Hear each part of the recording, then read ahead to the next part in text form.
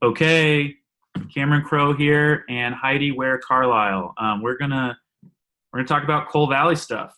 Um, and if you didn't know, anybody that's following this dealio, I have a blog called Cam Gets Personal, and I posted a few days. I told my Coal Valley story in extreme detail. And I called out a lot of the stuff that really bothers me. And anyways, my phone has been blowing up nonstop since then. There's so many people have messaged me on opponents of Coal Valley, proponents of Coal Valley, people in between, and Heidi is one of them. And Heidi volunteered to kind of, chat about it on the record, recorded, and get another point of view out there. Heidi, thanks for doing that. Yeah, thanks for doing the post and starting the conversation. I'm glad you did it. Thank you. Yeah, as much as it has made life crazy this week. Yeah. I'm glad I didn't have too many other things going on over the last 3 or 4 days, because it's pretty much been me glued to my phone and Facebook and trying to shepherd this blog post through the gates so that it doesn't get slaughtered before it's actually out there. So yeah, what were your, maybe that's a good place to start. You read it and you were and what were your thoughts, reactions? Yeah, I think, I had lots of thoughts. Yeah. My initial thought was I definitely could not connect with kind of the anger that you have built up, which I think is obvious in the post. And I think it's a sign that it's an important thing to talk about, right? So while I didn't agree with it, I can definitely see, as soon as I read it, I was like, oh yeah, this makes sense. He's fired up about this, and I could really understand why. And I thought you conveyed that pretty well. There were things I agreed on, for sure. There were things I disagreed on just because I didn't share that experience. Yeah. And then there were also things I disagreed on. So for example, so I went to Google Trends, how you can go and see how often words have been used over the past, back till 2004. If you plug in, no. I was like, that'd be interesting. I should do that. We should do it. But I plugged in white privilege because you brought up, and it's a great point, and I don't disagree with you at all. But you brought up we were in this bubble of a bunch of white kids, and one, our friend who was Hawaiian or whatever. But yeah, we were in a bubble.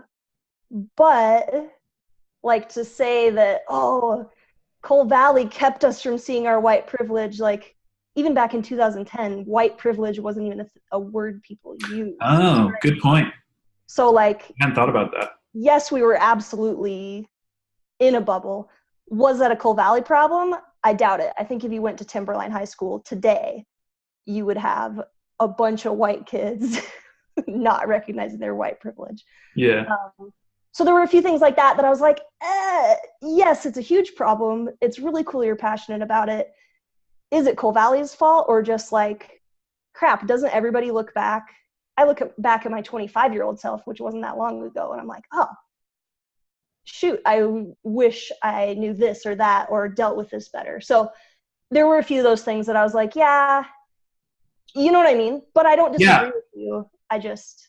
about the white privilege, that's, I think that's a really good point to add, that this is the public lexicon and, interest and coining, that word as a, flashpoint, maybe wasn't there, but the issue was still real then. But yeah, Coal Valley didn't help at all with that. We didn't talk about any, basically, of the ways white people screwed all kinds of people over the years. Yeah. It was basically and yeah, that sort of happened, but moving on, let's talk about fun stuff and let's pray. And I don't, maybe it wouldn't be as good at Timberline, but like I'm just like comparing like my experience at Boise State, which is also incredibly white. Um, that is like history class, like the number one thing they want you to understand. Like, look at our real history. I don't know what you learned going heading like coming into here, but we did some terrible, terrible things, and they're not over. Right. Yeah. So to me, I don't think Coal Valley. Maybe Coal Valley isn't like. Um, maybe it's not like we wouldn't have had this if we weren't at Coal Valley, but I don't think Coal Valley helped at all. I think it was probably on the spectrum one of the worst. Well, and so for me, my perspective, and I guess we didn't say this starting, but like I'm still a Christian, so I think that's where you and I differ also. Mm-hmm. Um, is I navigated my way through life after Coal Valley and still found a faith that I think enriches my life. But I believe as a Christian that Christians are called to make the world better, and we should Mm-hmm. be on the leading edge of social issues. So I hope your blog post, even, yeah, like with white privilege, for example, I hope that's a motivator to be like, you know what, this is something Christians could tackle in a heartbeat if we wanted to, and like make the world better and awesome. So I hope your post motivates, Yeah. rather than like, oh, we thought we were so good, but we actually suck. Like, I don't want that to be the result of your blog post. Yeah. What I do hope you think? it's What do you positive. think the result will be? Like, you kind of you mentioned like maybe maybe people will kind of open themselves up to we can be better at this stuff. Mm-hmm. Maybe I'm a little more skeptical because I've had some of these conversations, like personal conversations with leadership of Coal Valley in the past, and Mm-hmm. it felt like it was like number one, my reaction is defend Coal Valley 100%. What you're saying, I do not accept it, and like that's your fault. So I actually didn't expect that this would really change anyone's mind in Coal Valley. I thought maybe the audience that this would appeal to would be basically like the oppressed, Mm-hmm. the people that were downtrodden and basically had a hellish experience, and were like, I thought I was alone, and I actually didn't have the hellish experience. I arguably benefited more from Coal Valley than anybody. I was I agree, right? Yeah. And then like the other audience I thought would be like the people that are on the fence, like, do I send my kid to Coal Valley? And then I was thinking like maybe they'll think twice now. But what do you think? Do you think people might change their minds? I think they could. I think nobody changes their mind unless they want their mind changed. So I do agree that there's definitely, in both sides, any side of an argument that you're talking about, there's going to be people that are entrenched and they don't want to change their mind. Yeah. I do, and I think I'm probably an annoying optimist, but I do think that there's room and hope for change in the areas that need to be changed. Yeah. I don't think, it depends on what your goal of change is. Like, do you want there to be no Christian schools in the world? Some people would say yes. If that's the type of change people are hoping for? That's unlikely. Right, yeah. Yeah. But if it's like, let's make Christian schools the best they can be, I think that's absolutely possible. Yeah. And some feedback I've gotten from the blog has been like, that's how my public school was. But it seemed like the difference was they're like that reminded me of my public school experience. However, it didn't seem as like institutionalized and like endorsed by teachers and staff. So yeah, I don't think a lot of these things only happen in closed kind of religious education environments. I think they happen all over the place. It's just, I mean, anytime you cram a bunch of teenagers together, it's going to be it's going to happen. Yeah. But you are particularly passionate about one way that Coal Valley could get better. Yeah. One that you're deeply familiar with now. Yeah. Evolution. So Yeah. I'm sure you know about a million times more than I do about evolution. Um, Maybe. so I'm just going to let you start talking on that.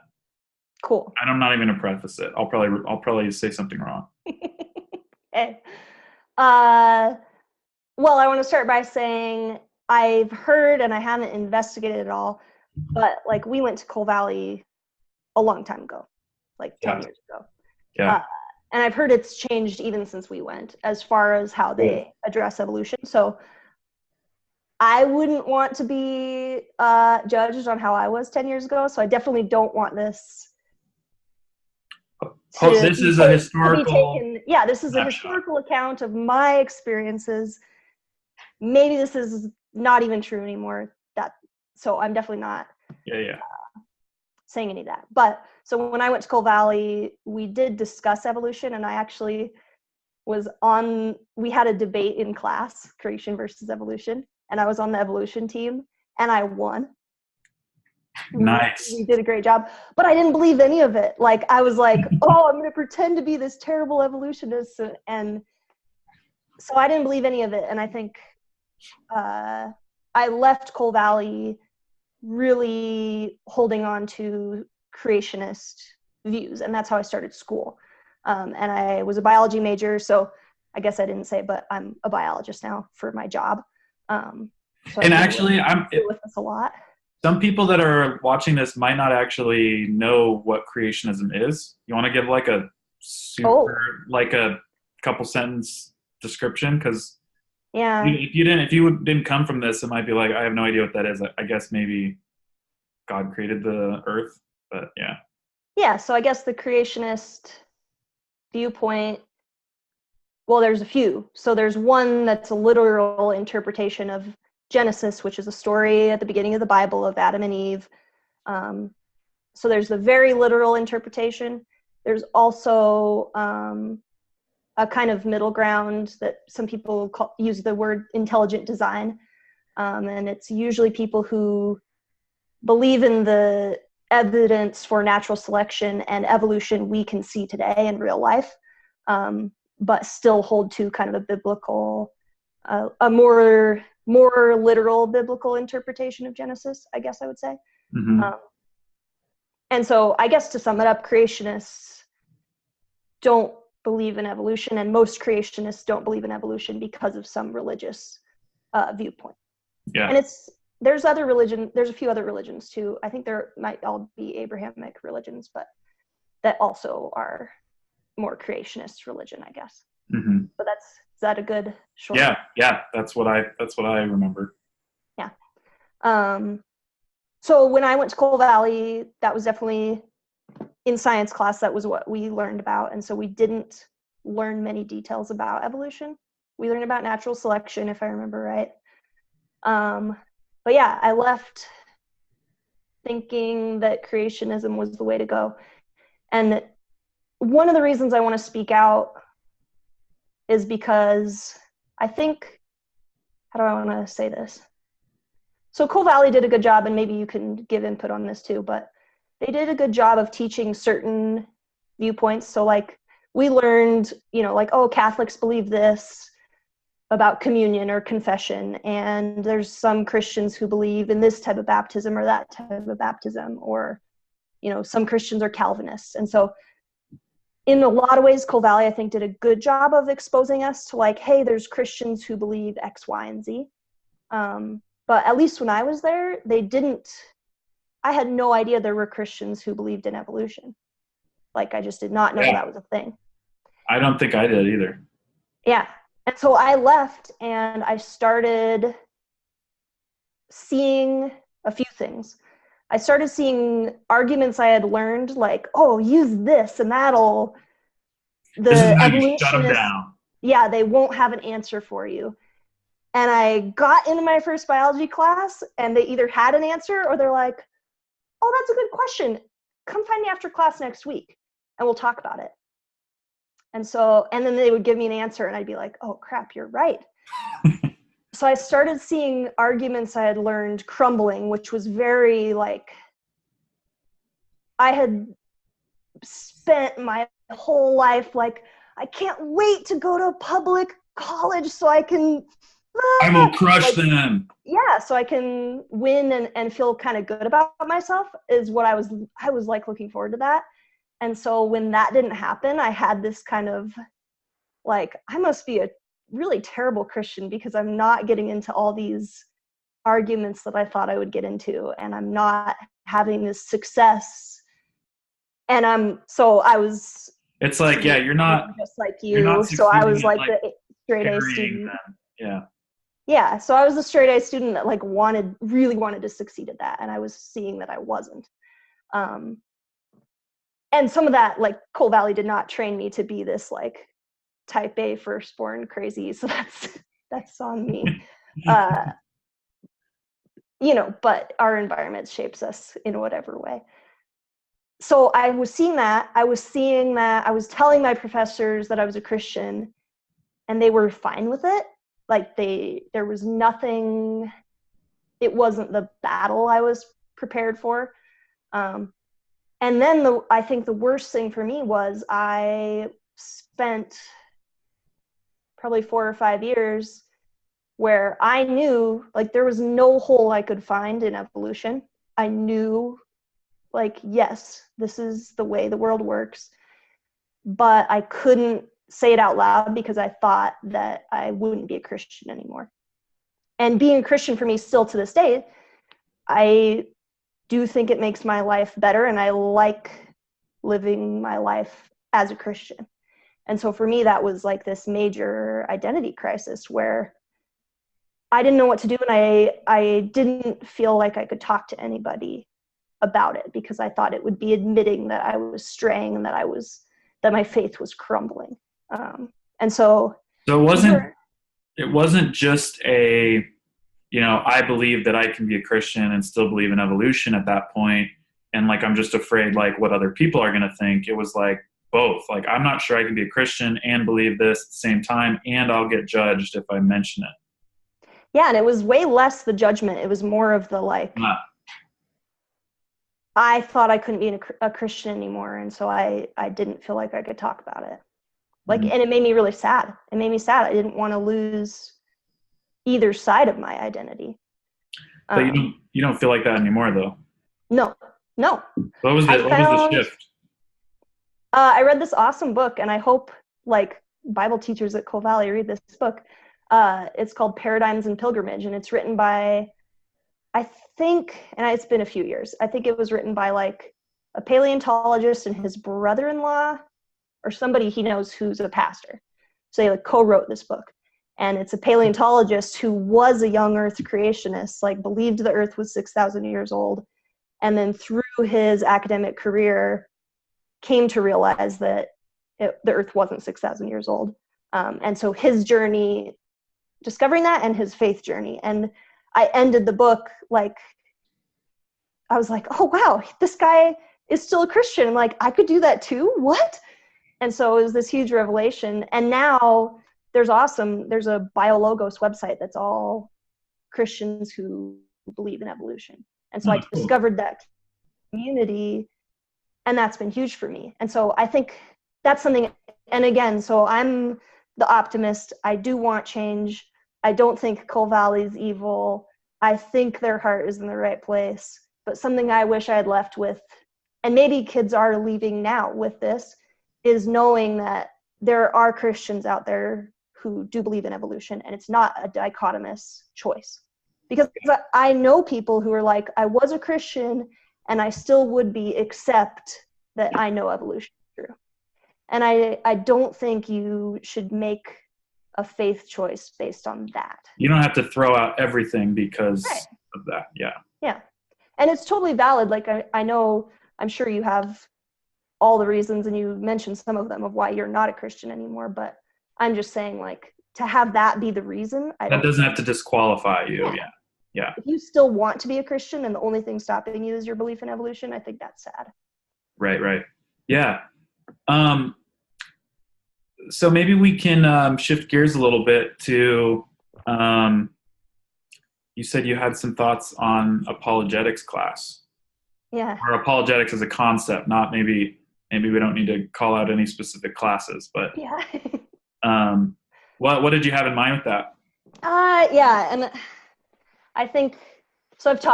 So I hang out with biologists all the time. So I've talked about Also, what is apologetics? Because Oh yeah. I think that not everybody knows what that word means. We'll see if I define it correctly. I would say my thoughts on this are a lot less organized because I've spent a lot of time talking to. I mean, so I lived with a Christian, an atheist, and like I don't know what he'd call himself, a spiritual agnostic, all through grad school. So I had a ton of conversations about evolution. I haven't had that many conversations about apologetics, but fresh. Yeah, this is fresh. So let me make a bunch of mistakes and then re-say what I'm actually meaning. Apologetics is, I guess, is it just, would you say it's like the logical defense of the Christian faith? Is that what you? I think so. It's like basically like how to rationally defend the truth of Christianity. Like these are all the reasons if you just look at it logically, you should realize it's true. Right. Yeah, I think that's a good way to put it. I think my main thoughts on that, I don't think there's anything inherently wrong with teaching apologetics, because I think today I have a lot of conversations with my friends who are atheists that you could say are like apologetics. But maybe you couldn't. I don't know. So let's just say like one thing that looking back on these apologetics conversations that to you seems problematic now. Like anything stand out? I think I was prepared for like full-on debates and arguments with people. And maybe, so like Richard Dawkins is like, the four horsemen of the, what do they call them? I don't even remember. Like the four horsemen of the like atheist movement or sort of crusade. thing, something, yeah. Like, I think he's a total jerk. I don't, like, all his arguments aside and whether you agree with him or not, he's a total jerk. And I haven't read him, actually. If that's what Cole Valley was preparing us for, I think they did a great job of like debating that type of approach to debating philosophy, I guess you would say. Mm-hmm. But what I found as I got out into the everyday life, and what I was prepared for was not what I saw. Mm-hmm.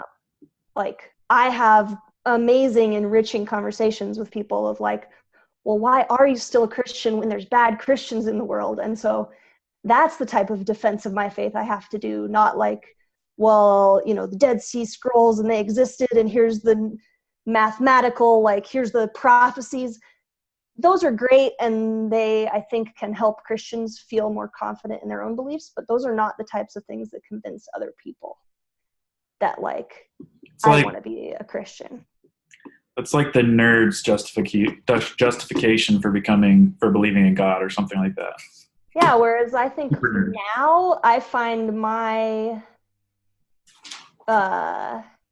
what strengthens my reasoning for why I have my faith isn't the list of things and arguments we learned. It's more like, this is how I want to live my life. Christianity values love and truth and patience and, not hurting other people. And that's, like, those are the conversations I have with my atheist friends where they're like, oh yeah, like I could see that, Mm-hmm. And I found when I tried the like apologetics, like, I'm going to say a fact and then you're going to disprove that fact and I'm going to say things back. Those weren't productive conversations. I never had a conversation like that where I left feeling like, oh, I made a difference. I changed their mind in any way, shape, or form. I found like, yeah, it just wasn't successful. So yeah. I think from someone who went through Cole Valley and is still a Christian perspective, I wish I had more practice, like just like having lunch with people who weren't Christians and like knowing how to talk to somebody who wasn't a Christian. I didn't know how to do that, it sounds really weird to say now. just because we only spent time talking to other Christians and like, here's a good argument. And then the other Christian being like, oh yeah, that's a great argument. Like Right. we never got to road test those arguments and be like, oh, actually that one kind of sucks. Or like, oh, that one works. Do you think it would have helped if like we went to somehow we were in school with non-Christians? Like I haven't even thought this line of reasoning through, but like, what if Cole Valley was like a Christian school? Well, like, I don't think you have to be a Christian to go to Bishop Kelly. That's right. Yeah. Like well, you don't technically have to be a Christian to go to Cole Valley, but you. Oh, really? There were kids who weren't Christians at Cole Valley whose parents were Christians. Okay. Well, yeah, but they basically make you like check a box. Yeah. Right. Yeah. I bet a bunch of the kids who weren't Christians and went to Cole Valley are a bunch of them who are reading your blog. Like, yeah. Yeah, because they probably had a terrible experience. Right. Yeah. But the culture wasn't set up for kids who weren't Christians to be there, even if they were there. It seems to me that like if Cole Valley like stayed a religious institution, but didn't require like how would it be different if half the kids weren't Christian? Like. Right. Like maybe that in itself, like if it was opened up, you didn't have to be a Christian or your parents didn't have to be a Christian.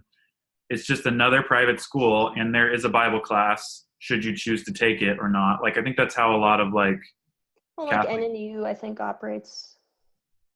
I feel like that would measure a lot of this stuff more than what we had because there was so much reinforcement and so little diversity of thought that it was just like the crazy thing that like kind of goes within this like kind of range of Christian views, which compared to the entire range is insane. Like it's like this is what we experienced, and in the world it's like that, and we didn't know how to operate with outside of that. Mm-hmm. Yeah, I think it would have been cool to have a little bit more. Like you said, like diversity of views, both within Christianity and outside. Yeah. That's something that I've come to realize I left, and it took me a while to figure out. But at Cole Valley, you experience the truth you experience is always within the context of Christianity. And so I left, and I'm definitely not saying this was. I don't think I was ever explicitly taught this, so I'm not saying this is Cole Valley's fault. But I left with a view of outside of Christianity, you won't find truth. And so when I started running into professors where I was like, wow, that is an amazing point, or that is so true, that's so valid, I was left really disillusioned of like, wait a minute, like this doesn't have the label of Christianity on it, but it's true. How do you reconcile those ideas? That? Yeah. And now I'm like, well, yeah, like if you're a Christian, you believe God created this world, of course you're going to find truth outside of Christianity, like duh. But that was a big realization for me that I'm sure has led a lot of kids who have gone through Cole Valley to leave the Christian faith because it's like, oh, well, I actually agree with my non-Christian professors, so if I agree with them, then Christianity can't be true. You know what I mean? Right. It doesn't have to be like that, yeah. Right. So yeah, I think for me, what I just big picture is getting rid of those dichotomies of like, you have to choose this or this to fit in this box of Christianity. Mm-hmm. It's a lot bigger than I thought when I was at Cole Valley. Yeah. Some of that is like as a teenager, you just don't have any clue how big the world is or how diverse ideas are in general. I don't think so. Yeah. Maybe that's just part of growing up. Right.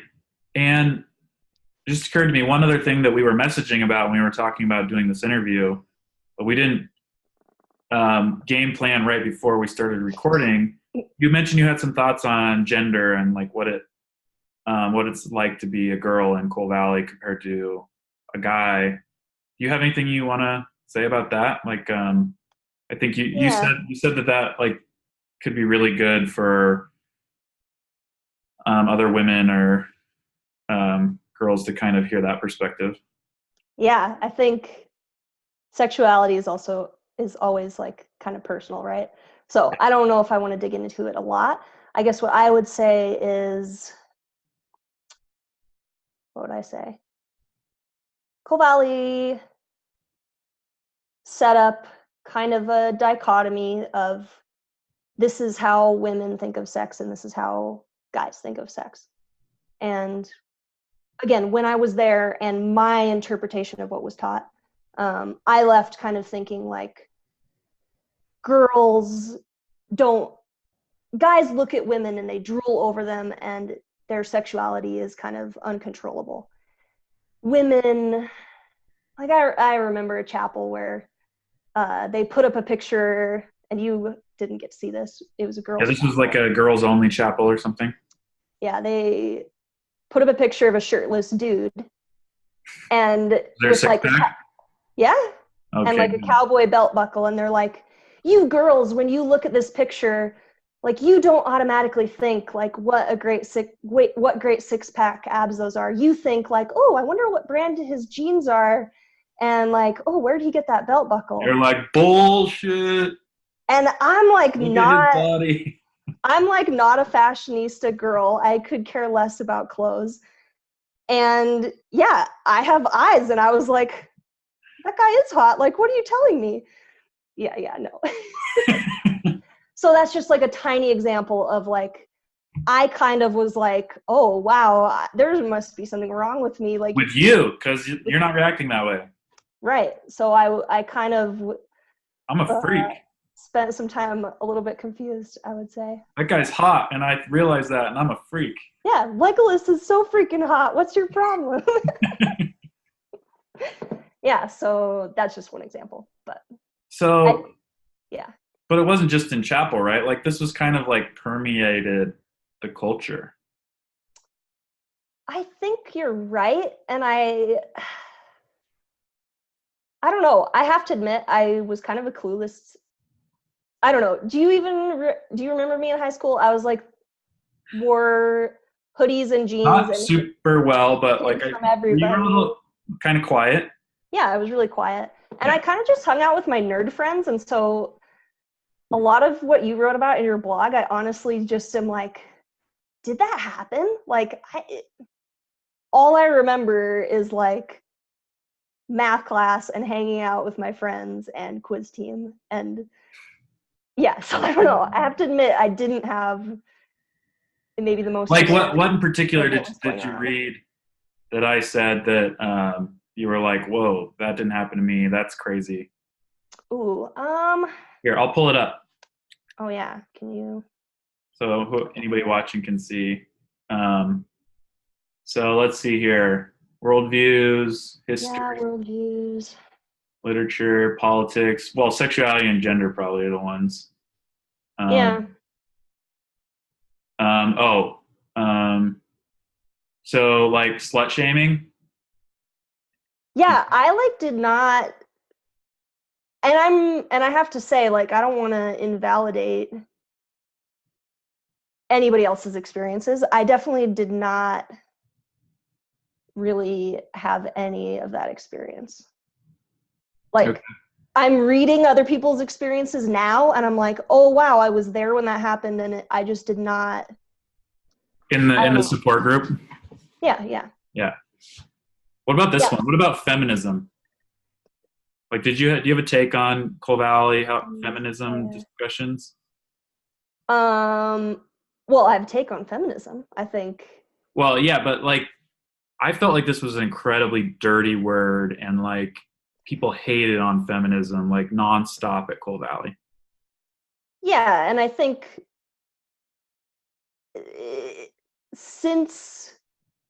I don't even know the whole like history of the feminist movement, but I think since the feminist movement has started, people have used the label feminism. Can mean a lot of things, I guess. Well, and people have used the label as the bad word, like since it was created. So yeah, I agree. Like I grew up thinking that like rabid feminism, bra burning ladies were like terrible. I don't know. I don't remember any explicit conversations Okay. And maybe I just tuned out. I was seriously in my like elf Well, we all remember land. different things and see different Yeah. things, but Yeah, I definitely um, don't want to say it didn't happen because it totally could have, and I totally could have yeah, just not paid attention. But that's not something I like remember. I do remember, I totally remember dress code, and I remember uh, more on the guys' end of like guys just wanting to have long hair and not being able to. Stuff like that, I definitely remember. I didn't actually remember that you couldn't have long hair. Oh man, yeah. I don't need to say who, but there were like a few guys who like wanted to have long hair so bad and were like as close as they could To the limit. without touching their ear or their collar of their shirt. It's not quite 4 inches, so it passes. Yeah. Yeah. Um, And yeah, I just remember that of like a typical teenager, like, oh, the principal, I can't believe. But Screw that guy. nothing, yeah, like nothing traumatic at all. Yeah. Um, so you mentioned like Coal Valley kind of set up some dichotomies. Mm-hmm. Um, did you feel like there was a dichotomy set up for like the role of a woman in kind of this Christian world, which is like a mother, housewife, subservient, meek figure to the husband? Like you basically exist to serve him. I never got that, but I think I maybe credit that to my parents that I never felt that way. Hmm. So like I was thinking back, and I've never talked to my parents about this, so they'll watch this and think this is funny. But like, do you remember in like third grade when we dressed up as historical figures? Like Yeah, everybody picked a historical figure. I So think it was Thomas Edison. I dressed up as Daniel Boone. I dressed up as a dude, Nice. and I never like my parents just let me do that. And now I'm looking back and I'm like, man, if I had a girl and she wanted to at that young of an age to dress as a dude, like what would I have said? I have no idea. So, or Did what would I anybody have make fun of thought? you or anything? No. And my parents never said anything. So I think I was raised, I mean, I grew up pheasant hunting with my brothers, Hmm. and sorry, brothers, but my brothers were like, didn't want to gut the pheasant. And I was like, let me in there. Uh, so yeah, I think that's probably my parents. I have no idea. Yeah, I don't know. Well, I yeah, never and came out feeling that way. But I think that's again, I probably. don't want to say that didn't happen to other people, but I never left feeling that way. I think the role of the parents. I mean, in any education system is huge. Like Yeah. what they reinforce or counter or anything they're silent on that you just kind of take what you were given at school as the truth. Like I think that can really change things. Yeah. Um, And I think that's something, again, not that I like your post, I think gives a lot of power to Coal Valley that I don't think they actually had. hmm. Like a lot of things that happened that you mentioned, I'm like, yeah, that was bad, but like, It wasn't Coal Valley's doing. yeah. What? Oh, yeah. This is something. So, you were talking about like worship in chapel and stuff, Hmm. and how there was this competition, and I have to say, I absolutely agree. And like, I can't, and this is really sad, but I can't raise my hands in church to this day because it reminds me of the mindset I had in high school, which was like, oh, we're raising our hands now, like feeling like I should do it. Like the But perception that you yeah, got the to kind of perception, keep yeah. up. But I guess for me, when I read your view on that, my view on that is if you give teenagers a way to signal their status in some way, like they're gonna do it, right? Like Yeah, being yeah, teenagers. yeah. So, and then I was like, well, how could the administration fix that? Go around and be like, you're just putting up your hands to You look have to really mean it if you're going to do that. right. Like there's no way Coal Valley could have been like, only do this with good intentions and don't be a stupid teenager. You know what I Yeah. mean? Yeah, I guess when you put it like that, it's like kind of like what you should expect if this is a part of the like school experience. Yeah. But it's probably so weird for people because like most people don't ever have worship in school, so Mm-hmm. it's not like a avenue for that kind of a immature thing to happen. Yeah. And I think something else, us and the millennials, who have grown up with the opportunity of Christian education, I think probably have a different view than our parents did sending us to a Christian school. Oh yeah. I think, like, and maybe Christian schools existed back then, but I would guess that 90% of the parents who sent their kids to Cole Valley from our generation did not go to a Christian school. So I think there's unique perspectives we have now of like, oh, when you put a bunch of teenagers in chapel, this is what's going to happen. And so now I don't want to say we know better, because I know in 10 years I'll look back and think, oh, I didn't know better back then. But I feel like maybe we know better and could change.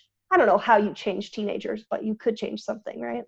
Yeah, I this has occurred to me too. Like, so many parents, just want the best thing for their kids, and they're Christians, and they're like, this has been great in my life, and I want to expose my kids to it because it'll be good for them. It'll be the best thing I can do for them, actually. Yeah. So they put them through it, and then maybe it turns out good. Maybe afterwards, like myself and my sister to my dad were like, this messed us up for years. And Yeah. it's messing kids up all day, every day still. Like, how the hell did you spend like $100,000 putting us through that? Like for over $100,000, I'm sure. Cause that's like 26 years. Yeah. Wow. And I think I talked to my dad about it quite a bit. He's used to my sister and I venting a lot about this, but processing it, we're getting, getting through it. But he's still a Christian, but I feel like fully supported by him with my views and like expressing myself and things. And I would be shocked. He hasn't told me this, like, I messed up, I shouldn't have sent you there, but I don't think he would do it again. Yeah. Do you feel like you would send kids to Cole Valley? If you had kids in that You're age? assuming I am a woman who's going to have children, Cameron. Yeah, I said if. I mean, I hesitate.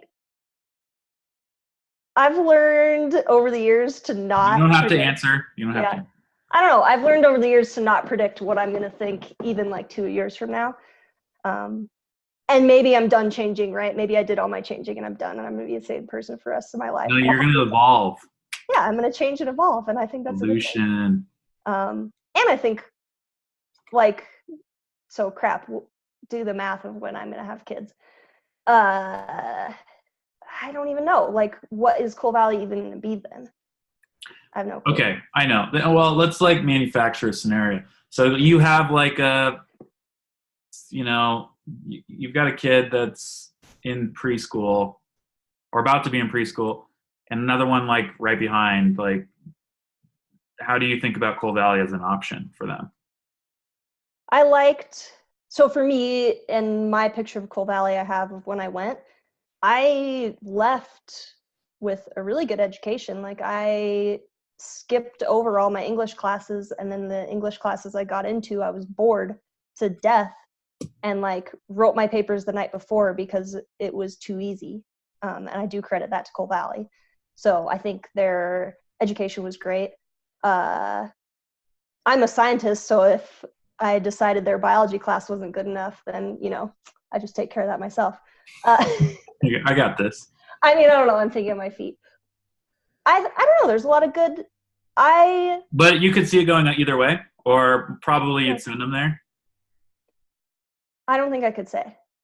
I don't regret that I went to Cole Valley. One thing I would absolutely say is I think Christianity as a whole has a lot of work to do with how they treat LGBT kids. And so for those reasons, I would hesitate, because that's something I do strongly differ on. But yeah, do you want to elaborate on that? Like, yeah. What you think kind of the Cole Valley experience is like you know what you perceive that would be like for a LGBTQ person. Yeah, I think a lot of Christians still believe that uh, being a homosexual is a sin, right? And I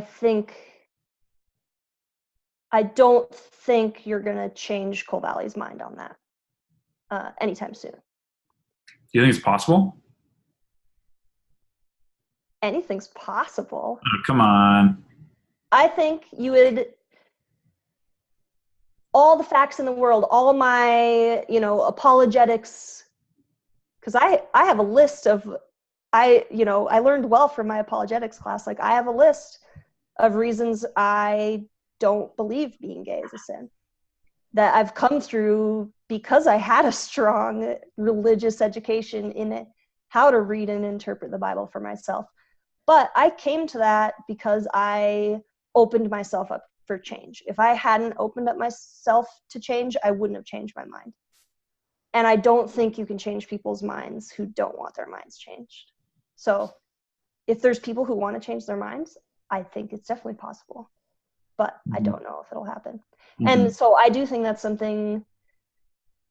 And the awesome thing is Cole Valley has their like statement of what they believe, right? So I think parents are free to choose if they value that or not, and if they're going to send their kids there. So I do think that's good. I think they're upfront about it.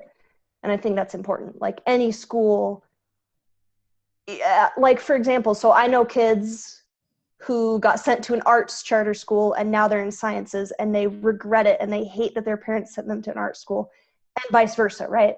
So any school you go to is going to have like, oh, we teach the Waldorf method or we do this. And there's always going to be somebody who's like, well, that sucked and that was a bad decision. So how much of it is up to Cole Valley to change? How much of it is up to broader Christian culture to change? How much is it up to each parent to make a decision? I don't know. I think that's really hard. It's something, I guess I want to say, so I don't need to say the name, but we had a teacher who taught us to ask God to break our hearts for things that break his. And I kind of remember that, yeah. Yeah, and so he would talk about like, oh, my heart breaks for this group, and I feel called to like do something about this and fix this problem. Like I did that because I think that's great advice. Like ask yourself like what breaks your heart, and that's what, Christian or not, that's the type of thing you should tackle. And my heart breaks for kids who are LGBT and all the things they go through. I have no idea, right? I'm like a straight white girl. There's really no place for them that's healthy and supportive in Cole Valley. Or in society, like just seeing way less. I know what you're saying and I agree. But like life is hard. Cole Valley is like the worst place for them anywhere. It might be. I know just this week my eyes have been opened to a lot of kids who are really hurt. And some that tried to kill themselves. Yeah. Right?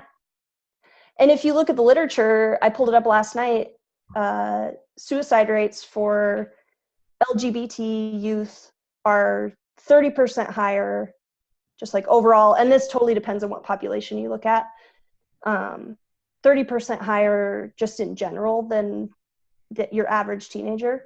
But in kids who are in religious households, it's 50% higher. And I would imagine it's even higher than that in a place like Cole Valley, just because it's like so one-sided on that. And like you being you is flat out wrong. Mm-hmm. I'm not sure Cole Valley. It's not a choice. I'm not sure Cole Valley would say that, but I think they certainly do not. That's how kids left feeling. I actually think that was sort of fringe, but that like some people had that in Cole Valley for me. Like they were like, I think most of them thought it was a choice. I agree.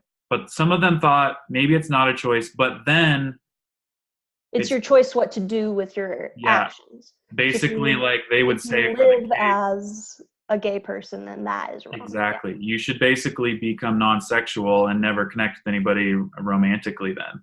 Yeah. Yeah. And it's like, what? That's so, you basically want them to deny who they are as a person. Yeah. Like that's such a huge part of being a human being. Mm-hmm. I think that's one of the biggest for Christianity as a whole. I think it's one of the biggest things that is this cultural shift that they're going to have to deal with in some way. Sooner the better, because you're like hurting kids so badly every day. You don't change this. And it's something Christians have the power to do. Like if we do believe in love and truth, like why can't we latch onto those things and make a difference? Right. Well, we're running short on time. So the last two things, if there's anything that's burning thing you want to mention, speak now. But what I was going to say, the last two things I would like to finish on are, is there anything you'd want to say to Coal Valley administration? And is there anything you want to say to prospective parents? And you've said a lot about kind of how parents could or should think about this stuff already. I'm curious, like, do you have something you would want those people to hear? Yeah. I think, and maybe I should have said this at the beginning because maybe they're not listening anymore. I'm going to hyperlink to stuff at the bottom so you don't have to watch the whole thing. Oh, sweet. There you go. You can just go right to it. There's a ton of people at Coal Valley that, like, teachers that I will have lifelong respect for, like, for their intelligence, for their faith, for the way they treated students. Like, there are awesome people at Coal Valley, and I don't want anything I say to hurt Coal Valley. I just don't. I think there's great people there. I do think, there's always teachers, and I think the administration knew some teachers who maybe like were not the best to have there. And that's true of any school. I work with schools every day and sit in the lunchrooms with teachers, and that is always going to be something that happens. Mm-hmm. So I hope that my interview doesn't hurt anybody at Coal Valley, because I do value them a lot. And I also hope that there is a heart for always changing and always improving, because, and we heard this all the time at Coal Valley, like, Christians aren't perfect.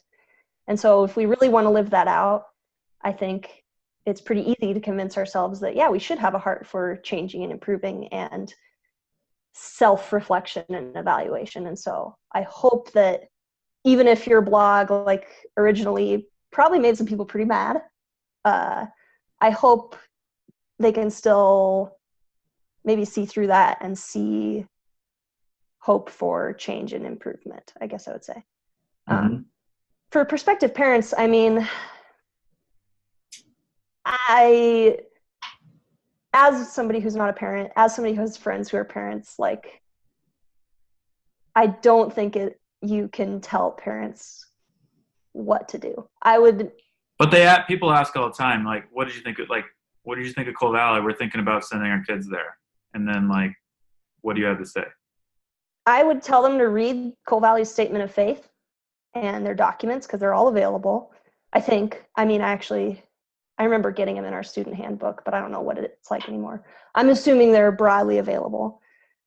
And make that decision and decide also, how much are you as a parent going to be putting into your education of your kids as far as religion goes? And do you think that's enough? Do you think that a more religious environment is going to be better for your kids? And I'd also say parenting, I think, should always be on a kid-by-kid basis as well. Like, I did awesome at Coal Valley, and I know there's kids who didn't do awesome at Coal Valley. And parents, I would hope, know their kids well enough that they are making that decision.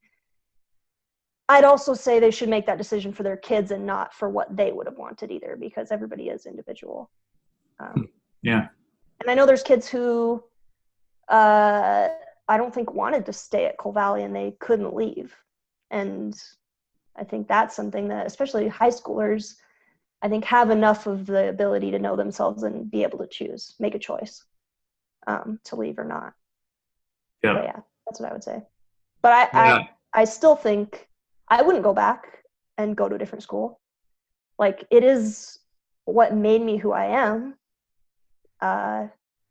Yeah. Somebody asked me that a couple days ago, was like, so would you have done it differently, given that that experience is kind of what kind of like made you so like driven to question, like it made you who you are now, and like maybe you wouldn't be so kind of obsessed with truth, or I don't know, like obviously that's biased because, but, and I was like, yeah, I mean, I think I would have done it differently. I think I would have gone somewhere where I wasn't being taught what to think, I was being taught how to think.